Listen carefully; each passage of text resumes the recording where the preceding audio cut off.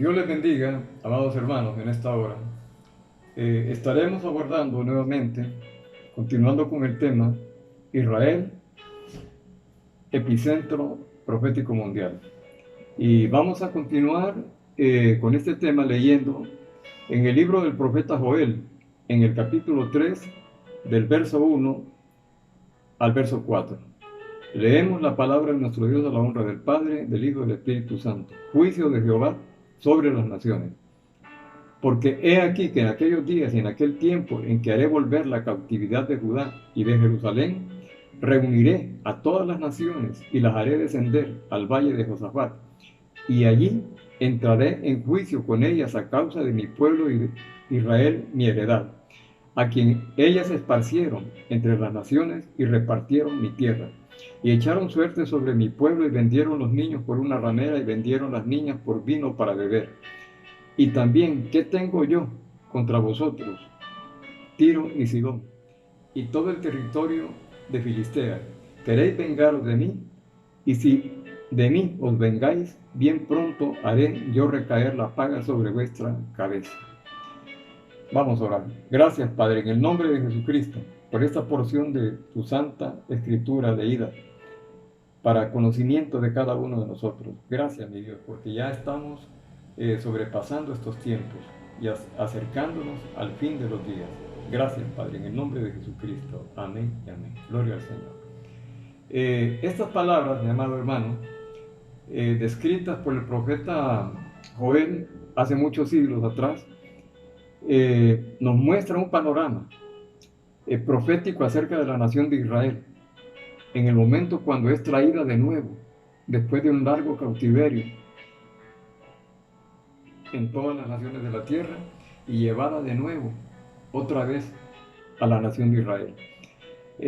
Pero dice claramente, ¿no?, que en ese tiempo, después de que el Señor traiga a su heredad, a su pueblo Israel, de retorno a su tierra para establecerla ahí, va a reunir a todas las naciones que vinieron contra Jerusalén para hacer juicio contra todas las naciones, ¿no? Ese es el valle de Josafat, o valle de Megido, o valle de Armagedón.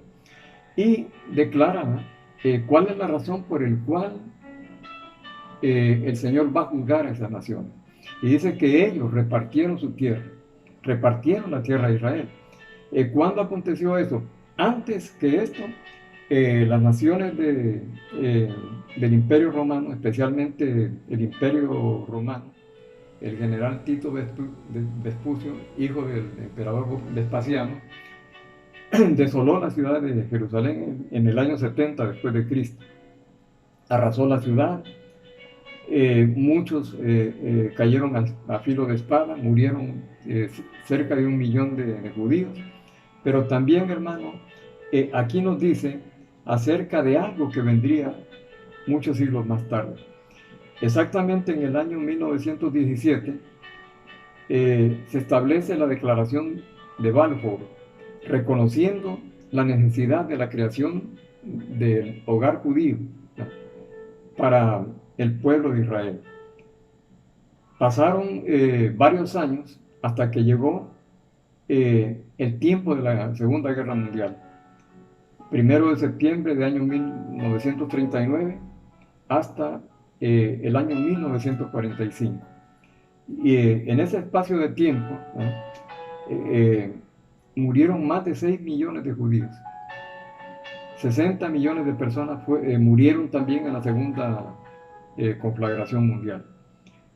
Pero déjeme decirle que todo esto fue un escenario de horror, de espanto, de muerte, de genocidio que se perpetró contra el pueblo de Israel, ¿no? Y en el año 1945 fue exactamente en el mes de febrero, en los días 4 al día 11 de febrero del año 1945,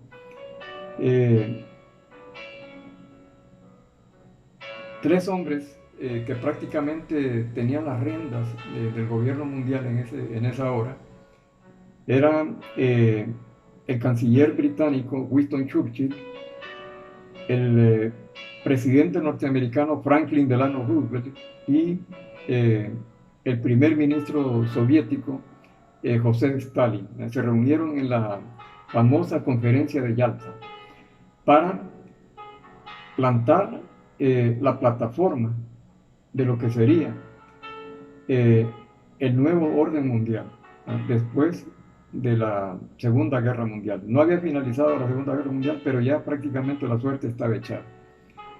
Pero en ese momento, hermano, toman la decisión estos tres hombres de partir el mundo en dos grandes bloques. Un bloque comunista y el otro bloque democrático. Dos polos opuestos, dos partes totalmente irreconciliables, ¿eh? Y ese espacio de tiempo duraría 44 años, ¿eh? Hasta el año 1989, cuando vino la perestroika de Mikhail Gorbachev y prácticamente se rompió las viejas estructuras de la Unión Soviética, que había ya para ese tiempo, habían transcurrido ya 70 años. Déjeme decirle también que en el año 1945 ocurrieron grandes cambios y transformaciones. Se creó la Organización de las Naciones Unidas, la ONU, la OTAN, también la Liga Árabe de Naciones.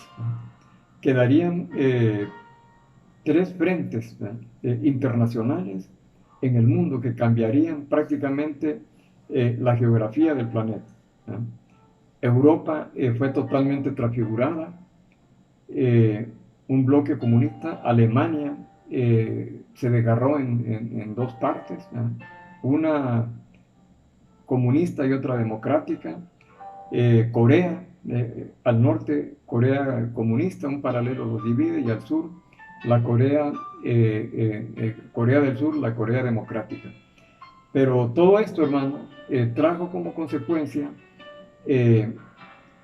dos grandes potencias. Habían tres hombres allí, pero prácticamente fue el gobierno de los Estados Unidos de Norteamérica como potencia occidental y la ex Unión Soviética, ¿no? Y Gran Bretaña pues prácticamente ha estado del lado de los Estados Unidos de Norteamérica, aunque han tenido sus roces de carácter diplomático, pero han logrado superarlo. Ahora, también es importante mencionar que todo esto conlleva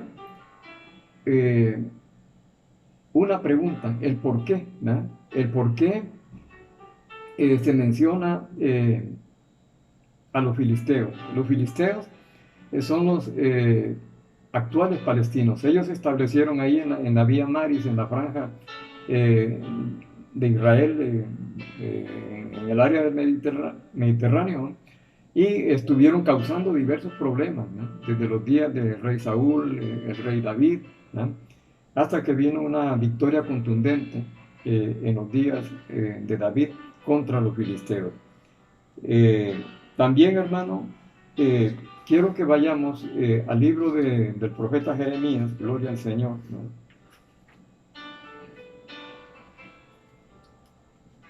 En el capítulo 8, en el verso 7, mire lo que dice aquí respecto tocante a la nación de Israel, ¿no?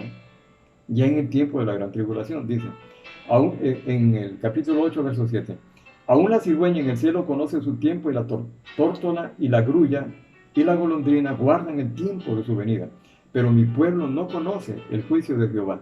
Vamos a leer ya acerca del acuerdo de paz que está por firmar. En el verso 11 dice, y curaron la herida de la hija de mi pueblo con liviandad, diciendo paz, paz, y no hay paz. En el verso 15, la conclusión de lo que ellos esperaban, pero nunca llegó. En el verso 15 dice, esperábamos paz y no hubo bien, día de curación y he aquí turbación, el tiempo de la grande tribulación. Entonces, hermanos, Para poder entender todo esto, nos vamos a ir un poquito más adelante. Algunos eventos que ya han tenido cumplimiento en años anteriores, ¿no? Precisamente después de la desintegración del bloque soviético. Allí vivían más de 3 millones de judíos, ¿no?